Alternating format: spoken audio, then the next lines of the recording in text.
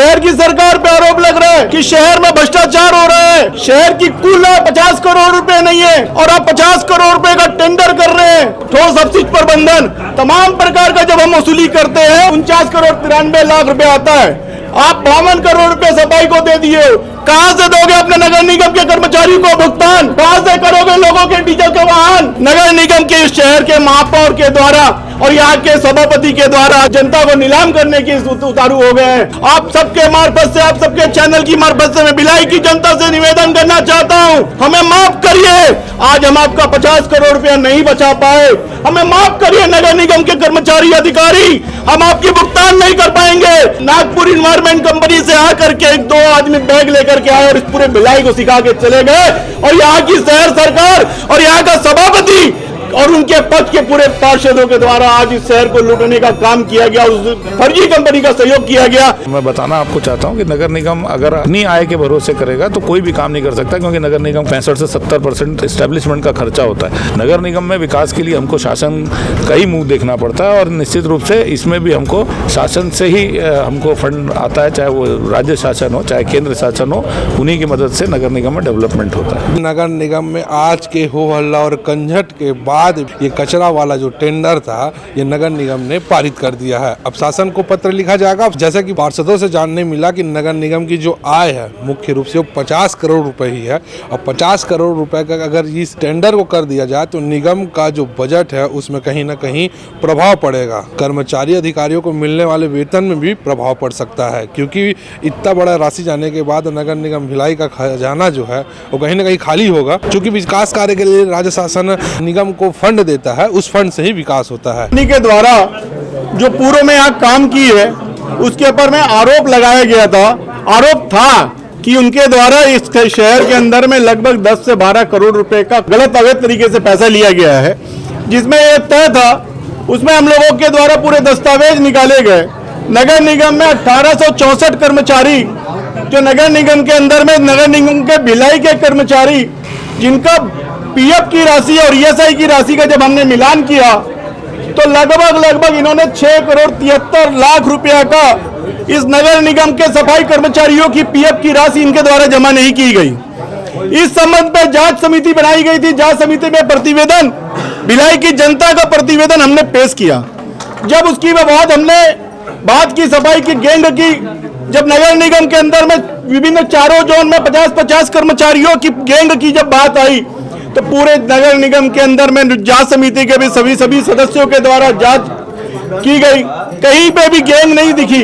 200 कर्मचारी per day, 365 कर्मचारी 365 दिन के हिसाब से 73 लगभग 7 करोड़ रुपए का उनको अवैध पेमेंट किया गया। इस एजेंसी के द्वारा जब हम सभापति से बात करते हैं, सभापति हमको बोलते हैं कि सभापति जी विपक्ष पे सभी पार्षदों पे आरोप लग रहा है, शहर की सरकार पे आरोप लग रहा है कि शहर में भ्रष्टाचार हो रहा है।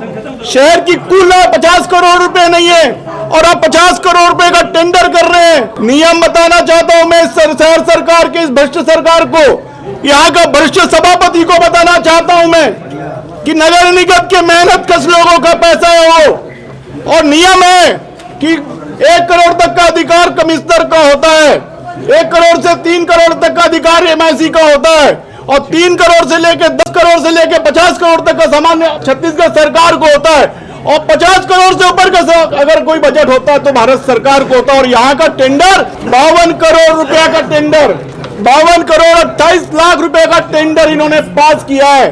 साल भर के अंदर में हमारे पास 49 करोड़ 93 लाख रुपया शिक्षा कर, संपत्ति कर, यूजर चार्ज, ठोस अपशिष्ट प्रबंधन तमाम प्रकार का जब हम वसूली करते हैं तो 49 करोड़ 93 लाख रुपए आता है। आप 52 करोड़ रुपए सफाई को दे दिए। कहां से दोगे अपने नगर निगम के कर्मचारियों को भुगतान? कहां से करोगे लोगों के डीजल के वाहन? कहां से करोगे स्ट्रीट ऑफिस का बिजली बिल का पैसा कहां से बढ़ाओगे आप? नगर निगम के इस शहर के महापौर के द्वारा और यहाँ के सभापति के द्वारा आज नगर निगम की सरकार को जनता को नीलाम करने की उतारू हो गए हैं।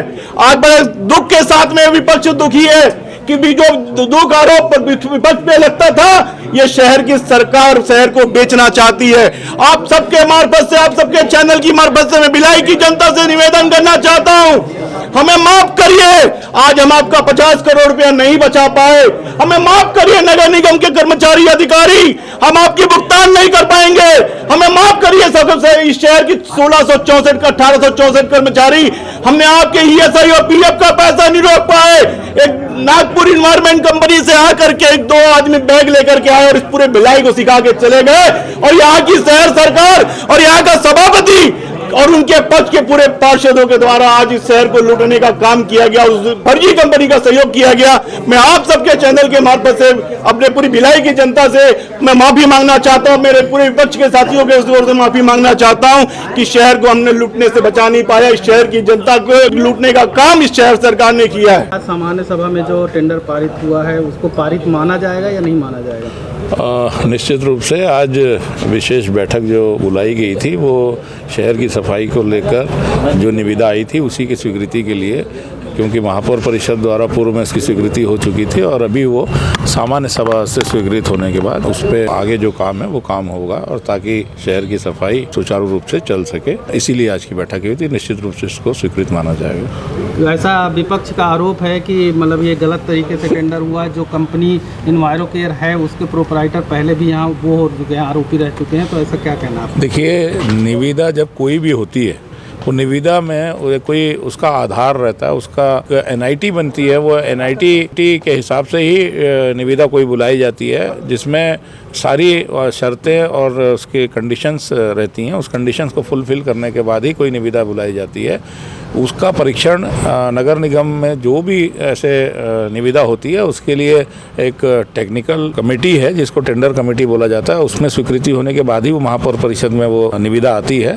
और टेंडर कमेटी का ये काम है, क्योंकि टेक्निकल जो उसमें जो भी चीज़ें होती है वो टेक्निकल, क्योंकि उसमें ई और एसई लेवल के अधिकारी उसमें रहते हैं, स्वयं आयुक्त उसकी जाँच करते हैं। तो हम ये मानते हैं कि जो लोग सक्षम लोग हैं, जो टेक्निकल जानते हैं, वो लोग जब किसी निविदा को पास करके महापौर परिषद में भेजते हैं तो वो सारी चीज़ों का परीक्षण कर लिया जाता है उनके द्वारा, ऐसा हम लोग मानते हैं। और उसकी स्वीकृति एक्ट में, जो नगर निगम एक्ट है, उसमें जो कंडीशन है निविदा स्वीकृति की, वो महापौर परिषद के एक वित्तीय अधिकार की लिमिट है, वहाँ तक के वित्तीय अधिकार की जो स्वीकृति होती है महापौर परिषद करती है, उसके ऊपर की स्वीकृति के लिए सामान्य सभा में जाना पड़ता है। और सामान्य सभा से ऊपर की अगर कोई स्वीकृति है तो उसको शासन करता है। तो ये क्रम है निविदा का। उसी तारतम्य में आज जो सामान्य सभा रखी गई थी, इसमें वो स्वीकृति सामान्य सभा के स्तर की थी, वो प्रकरण सामान्य सभा में आज प्रस्तुत हुए थे, जिसको लेकर सामान्य सभा में बहुमत के आधार पर उसको पारित किया गया। 50 करोड़ रुपए का टेंडर है, 50 करोड़ निगम की आय है। अगर आप एक एजेंसी को इतना पैसा दे देंगे तो कैसे बाकी चीज़ों का कैसे चलेगा वहाँ? देखिए, जहाँ तक के कितने की लागत वाली बात है, तो मैं सिर्फ इतना ही बताना चाहूँगा कि नगर निगम अगर ये देखेगा कि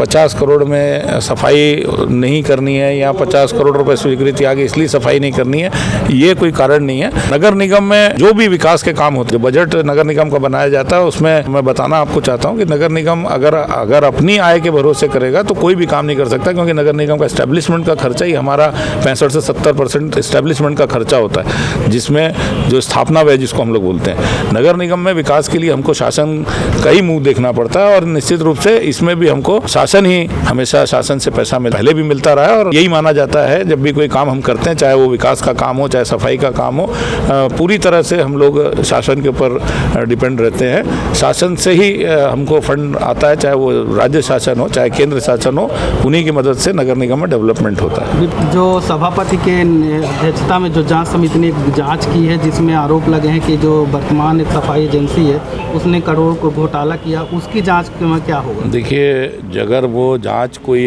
है तो जांच की रिपोर्ट आने के बाद ही उस पर बात की जाएगी। पूर्व के सदन में हमारे सभापति जी द्वारा एक जांच समिति बनाई गई थी 20 लोगों की, उसमें 4 लोग अधिकारी भी थे, ऐसा 24 लोगों की एक समिति बनी थी। उसकी रिपोर्ट अभी तक के सदन के पटल पे नहीं आई थी। आज चर्चा में जरूर ये बात आई है। अगर रिपोर्ट आती है और अगर उसमें एजेंसी को दोषी पाया जाता है तो निश्चित रूप से जो भी कार्रवाई होगी वो करेंगे। हम तो ये मानते हैं कि अगर टेंडर कमेटी किसी निविदा को MIC में या सामान्य सभा के लिए आगे बढ़ा रही है तो वो सारे चीज़ों का परीक्षण कर लेती है, क्योंकि टेक्निकल हम लोगों से ज़्यादा जो अधिकारी होते हैं वो लोग उसको परीक्षण करते हैं। उससे जो भी एजेंसी निविदाकार जो भाग लेते किसी भी टेंडर में, उसके सारे वो अपनी जानकारी दे रहा है, सही दे रहा है, ऐसा करके शपथ पत्र भी लिया जाता है। और निश्चित रूप से अगर शपथ पत्र में कि कोई भी गलत जानकारी देगा तो उसके ऊपर जो भी कानून के तहत मामला बनेगा वो निश्चित बनेगा, वो इसके ऊपर ही बनेगा, वो सबके ऊपर बनेगा। अगर कोई भी जानकारी छुपाता है और जानकारी आधी अधूरी देता है, झूठ बोलता है, तो निश्चित रूप से आप ये मान के चलिए, चाहे वो ये एजेंसी हो या कोई भी एजेंसी हो, उसके ऊपर जो भी कानून के तहत जो मामला बनता है वो इसके ऊपर ही बनेगा, वो किसी के ऊपर ही बनेगा। अगर उसमें होता है तो ये भी इसके ऊपर भी कार्रवाई होगी।